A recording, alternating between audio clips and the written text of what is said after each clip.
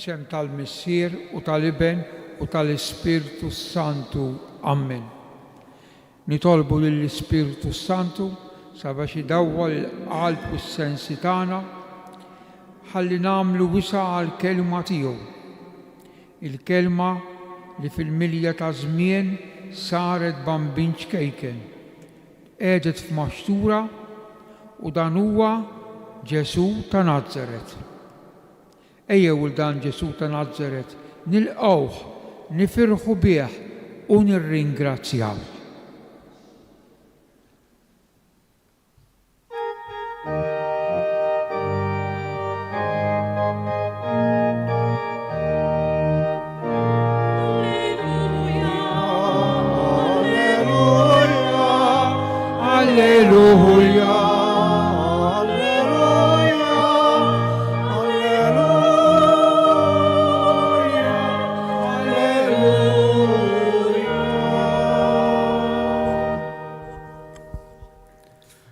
F'dawk l-inħawi kien hemm xi ragħja fir-raba' qassa mal-merħla tagħhom bil-lejl.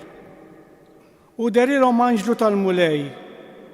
Il-glorja tal-mulej iddiet madwarhom u qabadhom biża' kbir. Iżda l-anġlu qalilhom: tibżgħux, għax araw qiegħed inħabbrilkom ferħ kbir, ferħ li se jkun għall-poplu kollu. Illum fil-belt ta' David twildilkom Salvatur li hu il-Messija, il-Mulej. U bħala siljar ikolkom dan, issibu tarbija mfisqija minduda f'maxtura. F'daqqa waħda ingħad ma' anġlu għad kbir taqtajja tas-sema, ifaħru lill-Alla u jgħidu: Glori lill-Alla flori tas-smewiet u sliem fl-art lill-medmin li jogħġbu lilu. Meta mbagħad l-anġli ħallewhom u telqu fis-sema, ir-ragħja bdew jgħidu lil xulxin: ejjew immorru f'Betlem ħanaraw x'ġara kif arrafna il-mulej. Marru mela jaġlu u sabu lil Marija u lil Ġuseppi bit-tarbija minduda f'maxtura.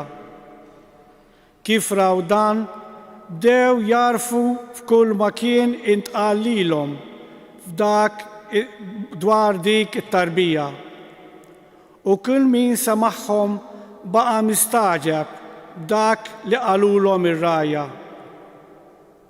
Marija min-naħa tagħha baqgħet toss f'qalbha dawn il-ħwejjeġ kollha u taħseb fuqhom bejnha u bejn ruħha. Ir-ragħja mbagħad reġgħu lura isebħu u jfaħru lill-Alla għal kull ma kien raw u semgħu kif l-anġlu kien qalilhom. Il-kelma tal-mulej. Titħir lilek Kristu.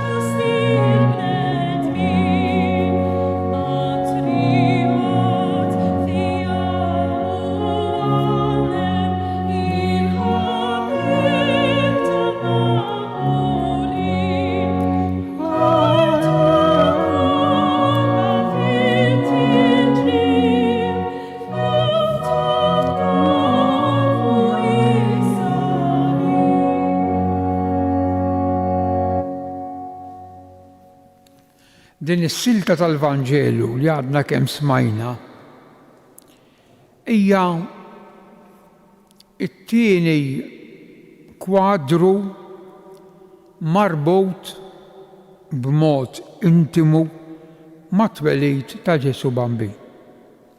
L-ewwel kwadru Giuseppi u Marija jobdu u jmorru Betlem biex jinkitbu, ifittxu, jindunaw il-qalb dawk il-tant nies mhux post għal Giuseppi u għal Marija f'dak l-istat li kienet, dan il-post jgħidulu fundoq. Allura ddeċidew li joħorġu barra l-belt, barra Betlem, u sibu post, issa kelma li huwa ħan li ma kien ta' ħadd u kien ta' kulħadd, kien post fejn il-vjaġġaturi wara ġurnata mixi jagħmlu l-lejl hemmhekk, jistrieħu huma u jserħu il-bejjem tagħhom. Il-kelma Griega hija katalima, katalejo, jiġifieri tħoll mill-pejs, iħollu il-pejs ta' fuq il-bejjem tagħhom.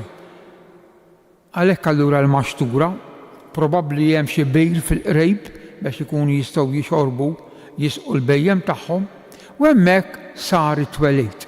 U din hija l-ewwel kwadru. It-tieni kwadru il-Vanġelu li smajna. Kien hemm bżonn li dan it-twelid issa isiru jafu bih in-nies. U l-ewwel aħbar, l-ewwel riferiment kienu propju dawn ir-rajja ta' Bet Saħur. Dar Bet, bħal Betlehem, dar fejn jagħmlu s-sara. Is-sara jfisser bil-lejl, fejn kienu għassa mal-imrieħel tagħhom. U allura hemmhekk ix-xena derilhom anġlu tal-mulej. U l-glorja tal-mulej iddiet madwarhom tliet affarijiet u qabadhom biża' kbir. Anġlu tal-mulej. Anġlu dan dejjem Luqa. Anzi l-arkanġelu ħabbar lil Zakkarija fil-parti tat-tempju fejn kien hemm l-artal, il-mejda b'12 ħobża tal-preżenza u l-kandelabru jixel. Zakkarija daħal jinċensa, derlu l-anġlu. Għallu jen Gabriel li qiegħed quddiem Alla. L-istess arkanġelu issa din 6 xhur wara, għalhekk il-Vanġeli jibda fis-siċċar Alla bagħat l-anġlu Gabriel għan ċebba marsa ma' raġel jismu Giuseppi, eccetera.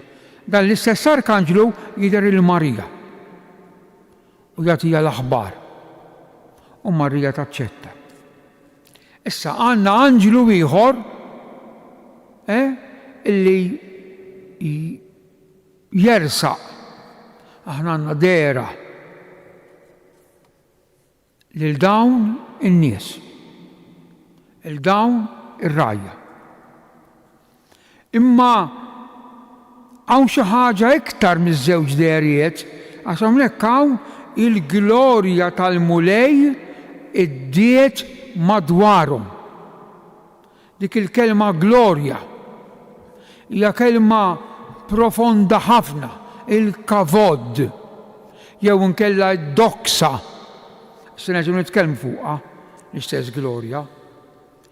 Tant hija kelma kbira qawwija illi San Ġwan fil-kapitlu 1 vers 14 meta jgħidu li bent Alla sar bniedem u għammar fostna, bad ikompli jgħid u aħna rajna il-glorja tiegħu. Il-glorja jerġa' jirripetija. Din il-glorja ta' Alla li deret fid-dinja. Il-glorja ta' Alla li ħadd ma seta' jaraha. Mosè darba qallu lil Alla fl-Antik Testament, qallu ħanara il-glorja tiegħek. Allu din ħadd ma jista' jara il-glorja tiegħek. U din il-glorja deret lil dawn in-nies, l-anġeli. U jibda b'żewġ kelmiet importanti. Tibżawx. Ħanħallija għal ġemb, ħanaqbad l-espressjoni l-oħra. Għax araw, idu, għax araw, hawnhekk hawn staġib għaddejs. Araw, x'sa naraw? Din l-istess kelma għallita, għax aħna dan is-sens ta' staġib tlifnieh ħuti ta' ħafna madna nistaġbu b'xejn. Din l-istess espressjoni u dan l-istess staġib hemm ħafna eżempji ħasemmi wieħed biss marbut ma' din il-ġraja kollha.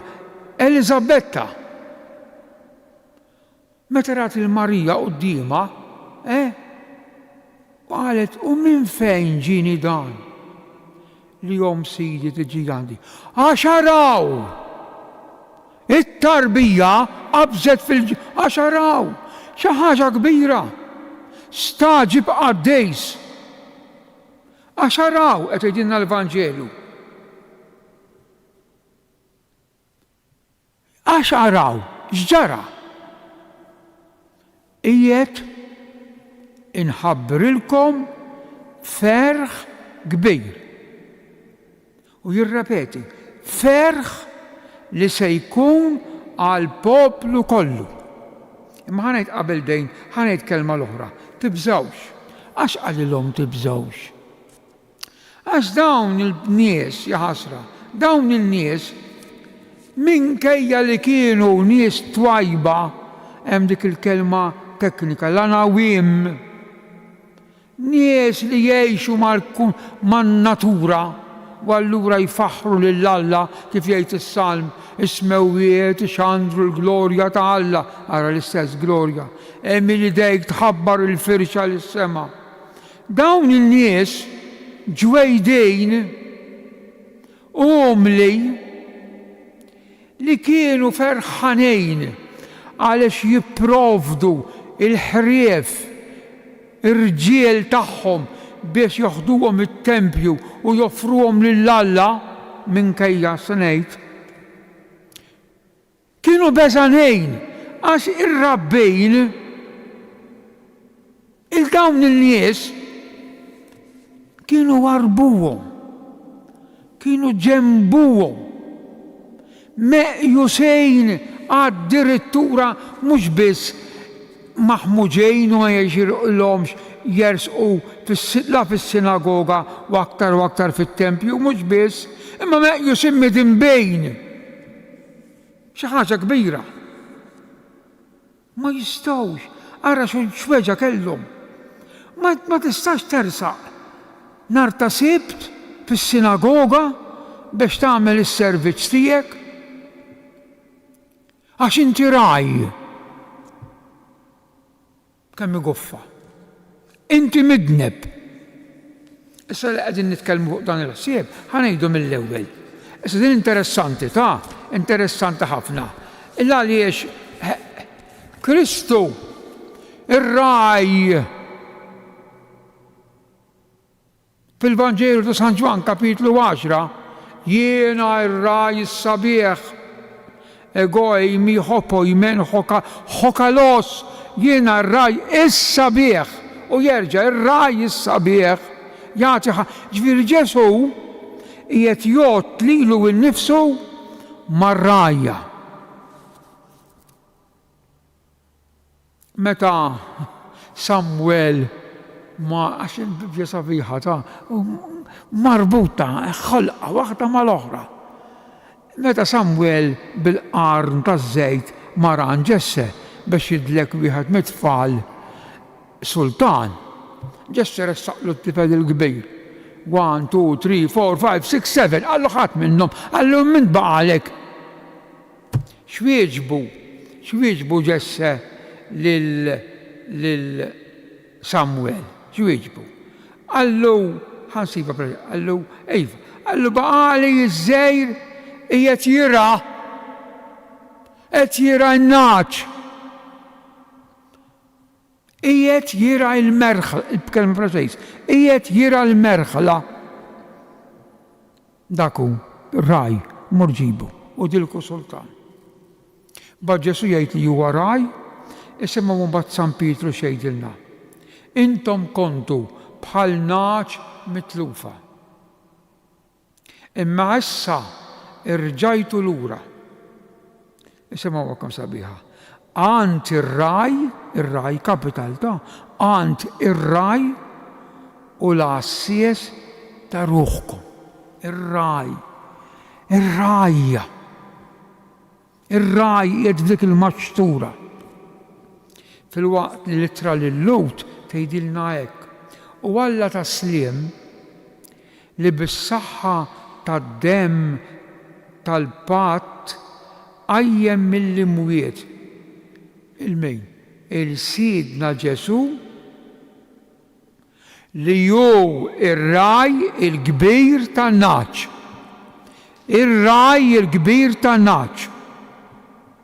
Immela assolutament xejn straordinarju, xejn barra minn postu li din l-ewwel l-aħbar tasal għand dawn ir-rajja. Ir-rajja imorru jaduraw lil-veru raj. Dak li qal waħda mis-7 autodefinizzjonijiet li għandu San Ġwan, jiena ir-raj is-sabiħ. Ir-raj. X'qalilhom ir-raj?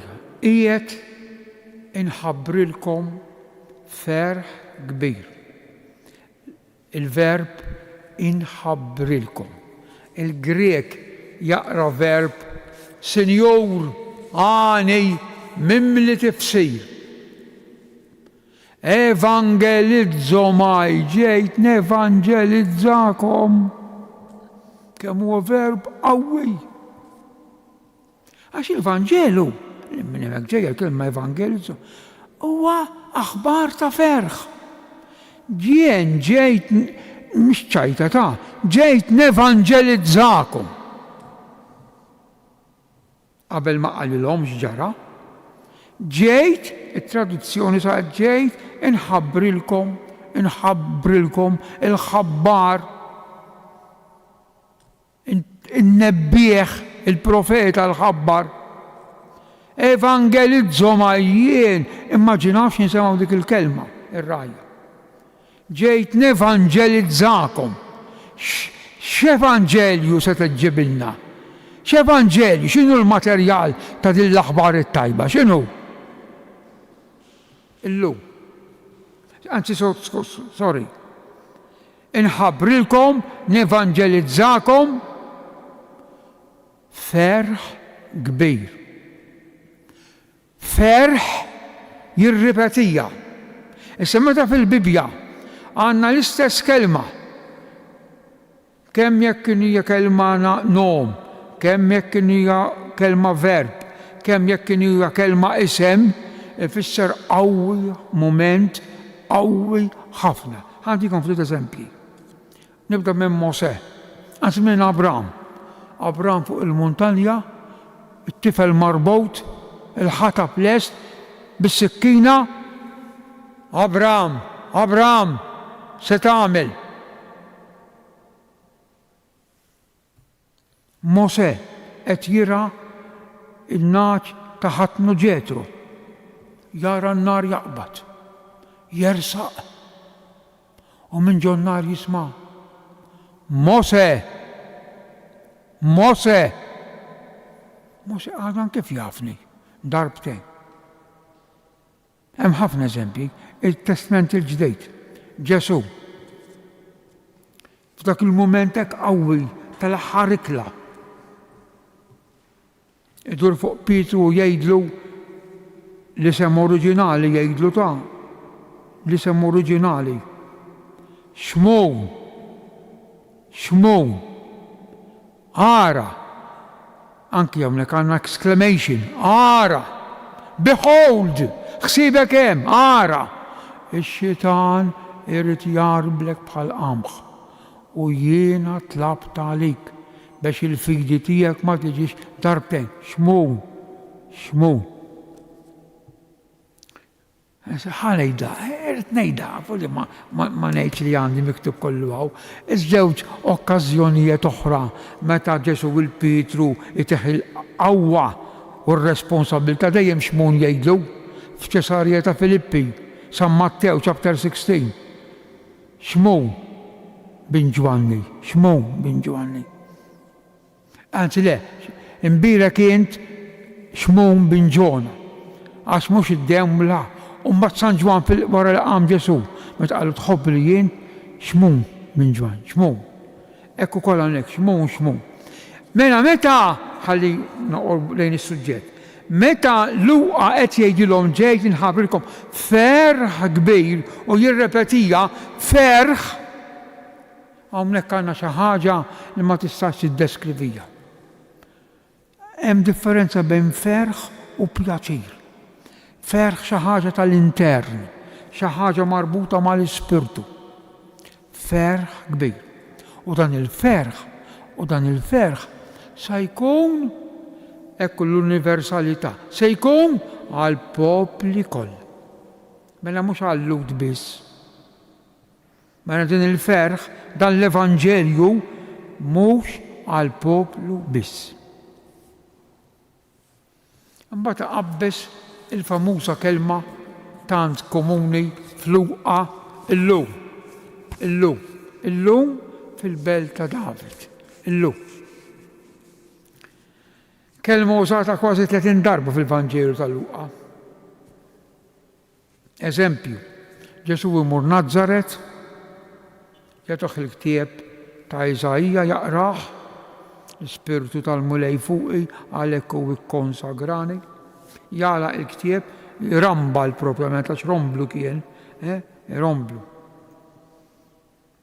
U jgħidilhom Ġesu, din il-kidba, ġifieri dan li għandni kemm rajt, din il-kidba, illum seħħet intom u tisimgħu. Illum, f'dal mument, din il-kidba seħħet intom u tisimgħu. Illum. Dejjem Zakkew, Luqa kapitlu 19. Jesu għaddej, wieħed qasir, tela fuq is-siġra, dan mhux biss kien pubblikan, kien il-kap tal-pubblikani, ġifieri xi ftit jew biss sebgħu messew il-flus, il-kap tal-pubblikani. Zakkew, inżel minn hemm. Għax illum jeħtieġ li noqgħod għandek. Hemm bżonn, opportet, jeħtieġ li l-istess verb li fl-Atti tal-Apostli Alla jkellem il-San Pawlu jgħidlu jeħtieġ li taħbtu ma' gżira. L-istess verb. Zakkew, jeħtieġ li? Pietru, din famuża. Tisilu kien hemm programm ta' Roberto Benigni fuq San Pietru, ma kemm kien sabiħ. Kien trasmess mill-Vatikan, forsi hawn min semgħu u rah. Pietru qed jiftaħar, jiena ma niċħdik, jien ma nħallikx, u Ġesu wieġbu. Tassew ngħidlek, illum qabel ma jidden is-serdu tkun ċħatni illum. U l-aħħar illum qawwija ħafna fuq is-salib, jgħidha minn fuq is-salib lil dak li kien min-naħa tal-lemin imsallab. L-ewwel iddefendih, imbagħad qallu għax qara dik il-kitba, Ġesu ta' Nażaret, is-Sultan tal-Lut, qallu ftakar fija meta tkun fis-saltna tiegħek, fis-saltna. U Ġesu jgħidu dik il-kelma, tassew ngħidlek illum tkun miegħi fil-ġenna. Il-kelma ġenna, paradejson bl-Ingliż paradise, hawnhekk biss użata, hawnhekk biss fil-Vanġeli kollha u jużata darba San Pawl. Il-kelma diretta, il-ġenna, illum tkun il-ġenna mija. Illum, issa għax nitbedu. L-anġlu qalilhom tibżgħux, inħabbrilkom ferħ kbir illum fil-belt ta' David, allura Betlem, bataw il-kelma l-oħra importanti. Tgħidilkom Salvatur. U jagħtihom is-sinjal. Tarbija, Salvatur tarbija, infisqija u minduda f'maxtura. Il-maxtura, il-post tal-ikel. U Ġesu jitwieled f'Betlehem, il-post tal-ħobs. Jekk Betlehem nittraduċuha bil-lugdi, dar leħem, bejt leħem, ħanajdu fuq il-bejt, jew wara l-bejt. Leħem bil-lugdi. Jekk nittraduċuha bil-Arbi, dar tal-laħam leħem laħam. U l-Evanġelista San Ġwan, kapitlu 1 vers, dak il-famuż vers ta' San George Preka, et verbum caro factum est, kar hologos sarks egeneto, għax il-kelma, il-logos, sarks, saret laħam, mena dik it-tarbija hija laħam, jew hija ħobs, mena dik it-tarbija hija ikel, biex tmantnina. Issibu tarbija, infisqija, u minduda f'maxtura. Il-maxtura, il-post. Inkomplu. Dawn in-nies meta jinbagħat l-anġli għax imbagħad ma wieħed ġew tajja u għandna dak l-innu glorja l-Alla. Nerġgħu għall-kelma glorja, doxazontes. Tellew lejn, ħallew u tellew lejn is-sema. Ir-rajja, hawnhekk ġejja xi ħaġa qawwija, ir-rajja bdew jgħidu ejjew immorru Betlem, ħanaraw x'ġara kif għarrafna il-mulej. Imbagħad ikompli marru mela jaġlu. Għaw profondità kbira ta' tagħlim l-aħbar. Il-verbi ngħidu bl-awrist. Awrist, deċiżjoni hija der and then, toħodha dak il-ħin, mhux toqgħod targumenta. Awrist, ejjew immorru. M'hemmx dubji, ejjew immorru. Imma għaliex ejjew immorru?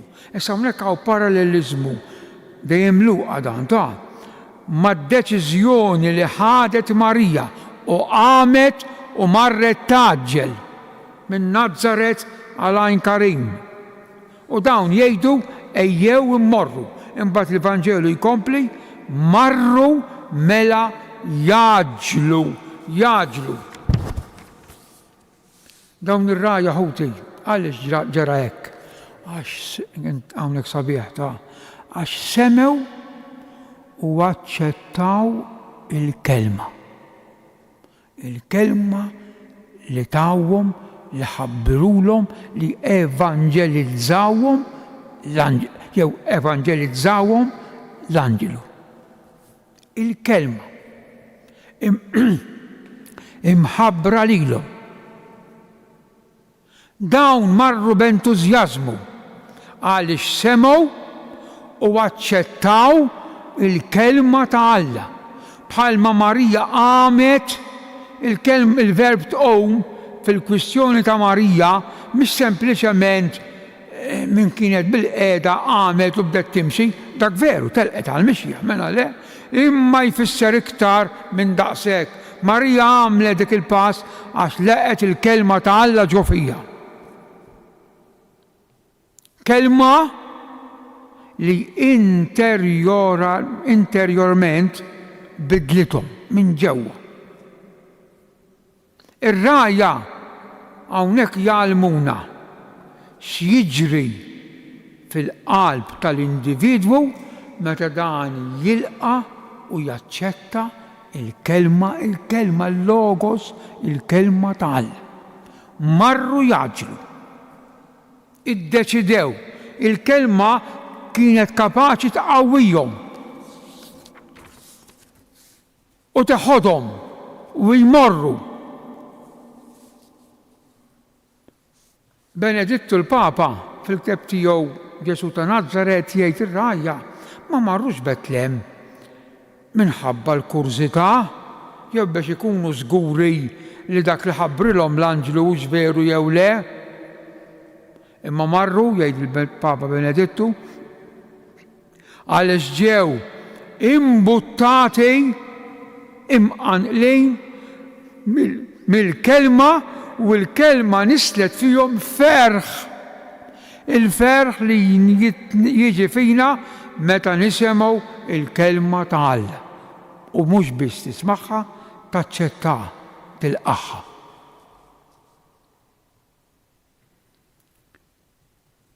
Il-bidla marru bil-ferħ. Il-bidla. Il-Vanġelu jkompli issa hawnhekk fis-silta biex twila ta' 5 versi kull maw. Għaw silta ta' verbi, osra, waqqa 14 bieħed jew 15, wara xulxejn. U huma klassifikati fit-3 dawn il-verbi. Hemm verbi l-ewwel kwalità ta' tfittxija, marru biex ifittxu. Se nispjegaw ngħidilkom li min huma. It-tieni verbi ta' rivelazzjoni, hawnhekk punt qawwi ta' bax. Issa naraw San Giuseppe u l-Madonna il-dawk il-nies għalulhom ħafna affarijiet. Il-Vanġeli jgħid jew feħħol għal dak li raw u semmew, x'semmew, mingħand min semmew. Mena verbi ta' rivelazzjoni ta' kxejf u t-tielet kwalità verbi ta' adorazzjoni. Mena 3 kwalitajiet, verbi ta' tfittxija, se ngħidhomkom li min huma. Verbi ta' rivelazzjoni, to reveal, tikxef, xi ħaġa moħbija, mottija u tikxifha. Ir-rivelazzjoni ta' Alla. Ir-rivelazzjoni ta' min hija dik it-tarbija, x'waħda din. U mingħand min semmew, mingħand omma u mingħand missiera, tarbija. Rivelazzjoni u adorazzjoni. Li min huma dawn il-verbi? Number 1. Għaw 14 il-bies. Għalu immorru, ħanaraw dak li għarrafna. Marru jaġlu, sabu, raw, bdew jarfu li kien intqal fil-passif. Kull min semaħħom, baqa mistaġeb. Reġew lura. X'reġew lura jagħmlu? Isebħu u ifaħru. Verbi qawwijin, isebħu u ifaħru. Għal kull maraw u semgħu. Għal kull maraw, san kif il-verb tara, nispjegaħ fil-qosor ta' u semgħu. Mena verbi ta' tfittxija, verbi ta' rivelazzjoni u verbi ta' adorazzjoni.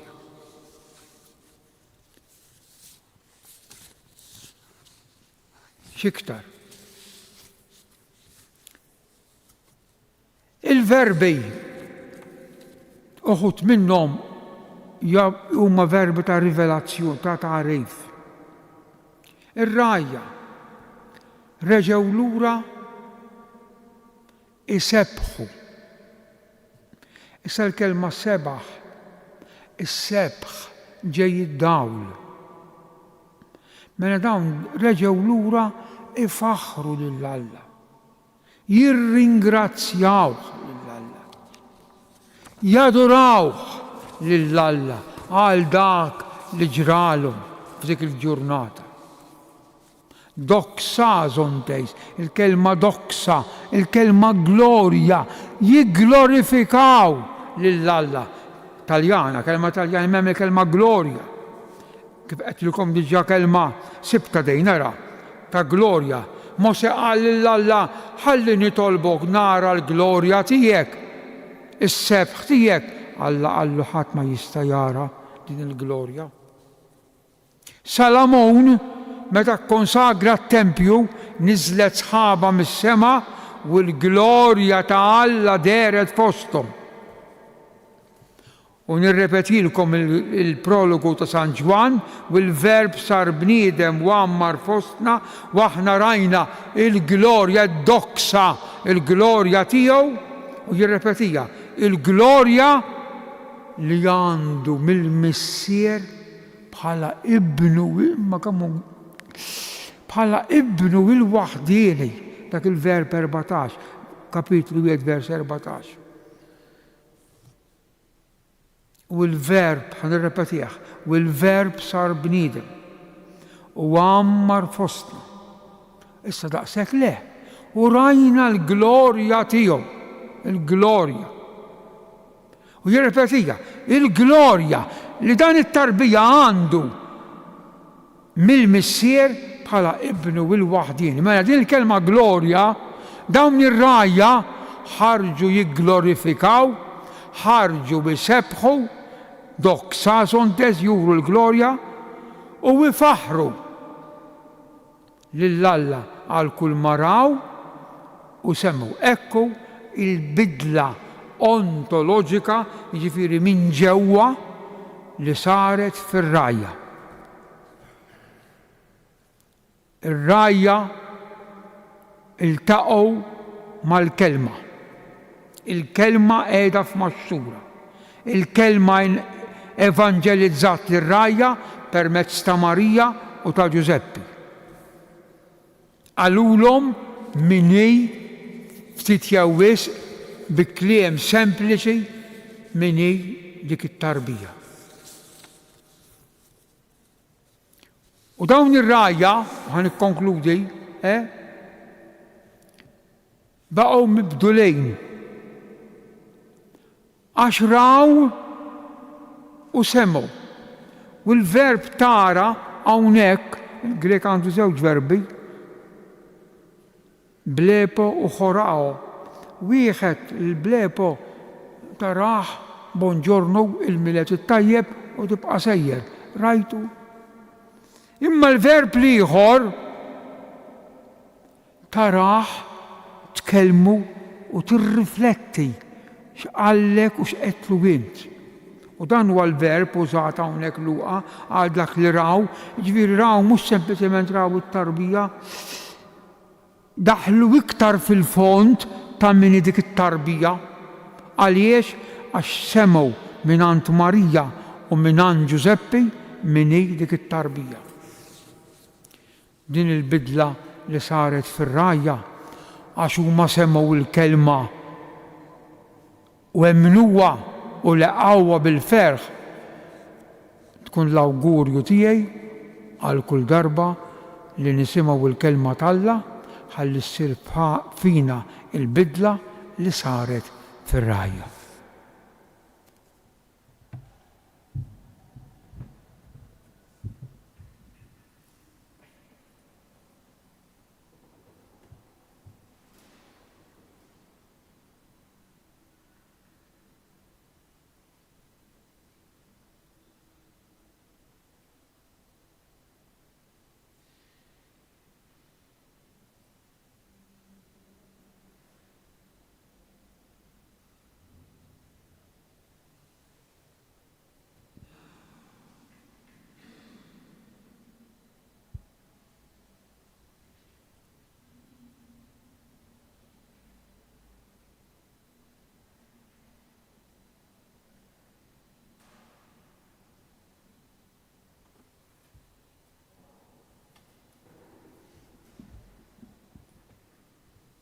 Ejjew issa